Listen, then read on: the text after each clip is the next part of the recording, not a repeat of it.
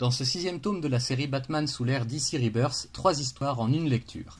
Tout d'abord, Batman et Wonder Woman se rendent dans un monde parallèle assiégé en permanence par une armée de démons affamés et sanguinaires qui se renouvellent constamment.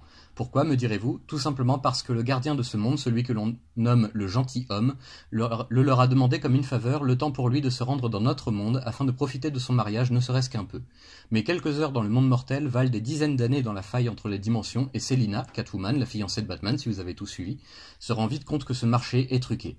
Tentant le tout pour le tout afin de faire revenir son amant et sa partenaire au plus vite, Catwoman parvient à convaincre le gentilhomme de reprendre son rôle dans le combat éternel qui est le sien.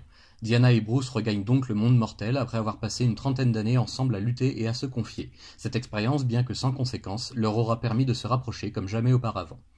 Mais ensuite, plus rien ne va. Poison Ivy a réussi l'impossible, elle a pris le contrôle de tous les esprits de la planète, plus de 7,5 milliards de personnalités toutes réunies sous la coupe d'Ivy et partageant tout son esprit collectif, dans un seul et unique but, la sauvegarde du monde quoi qu'il en coûte. Grâce à sa perspicacité et à sa rapidité de réaction, Batman a réussi à se mettre hors de portée de ce contrôle mental, ainsi que Catwoman. Mais que peuvent-ils à deux contre l'ensemble de l'humanité, sans compter les super-héros et super-vilains qu'Ivy contrôle également, bien entendu. Ce monde idéal est-il donc inévitable, un piège se refermant sans possibilité de libération? Ivy clame haut et fort que tout cela n'est que pour le plus grand bien de la planète, de son équilibre, de son écosystème. Qu'à elle seule, elle peut résoudre tous les problèmes engendrés par l'humanité au fil de son développement, et ce, sans tuer qui que ce soit. Mais ça n'est pas vraiment un monde idéal malgré tout, et des sacrifices sont malheureusement nécessaires pour assurer le maintien de l'illusion.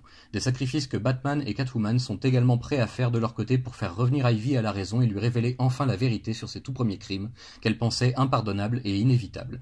Libérant tout le monde, traumatisé par cette expérience, Ivy est emmenée en sécurité au sein du sanctuaire, refuge pour les surhumains fragilisés, afin d'y être soignée en paix. Mais une fois encore, son action fera réfléchir plus d'une personne. Enfin, dans la troisième et dernière partie de l'album, nous nous retrouvons dans un nouveau monde idéal où Bruce Wayne n'a jamais eu à affronter le deuil de ses parents car Booster Gold, le voyageur temporel, a fait en sorte que le crime ne se produise jamais. Un monde où les Wayne règnent sur Gotham et la haute société, un monde où le virus du Joker se répand comme une traînée de poudre, un monde de violence et d'inégalité, un monde que Booster Gold va devoir réparer avant qu'il ne soit définitivement trop tard. Comme cadeau de mariage, on peut rêver mieux. Mais le Bruce Wayne de cette nouvelle réalité acceptera-t-il de tout perdre à nouveau ? Grosse sortie du mois de janvier dernier, 3 histoires réunies en un seul album qui se lit quasiment d'une traite sans faire de pause tellement il est passionnant. L'histoire qui m'a le plus touché est celle qui donne son titre à ce sixième tome avec Poison Ivy et la théorie de l'intelligence collective plus forte que l'individu.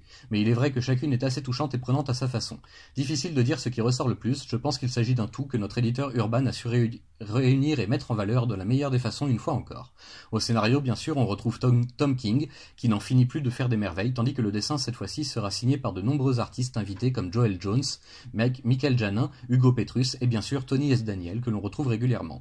Graphiquement, le passage avec Ivy est une vraie tuerie, des détails dans tous les coins et une façon très innovatrice de concevoir le découpage des scènes et de la narration, mais tout le reste de l'album est également bon à prendre, alors n'en perdez pas une miette. La route de l'hôtel est encore longue pour nos deux tourtereaux, mais patience, nous y arrivons.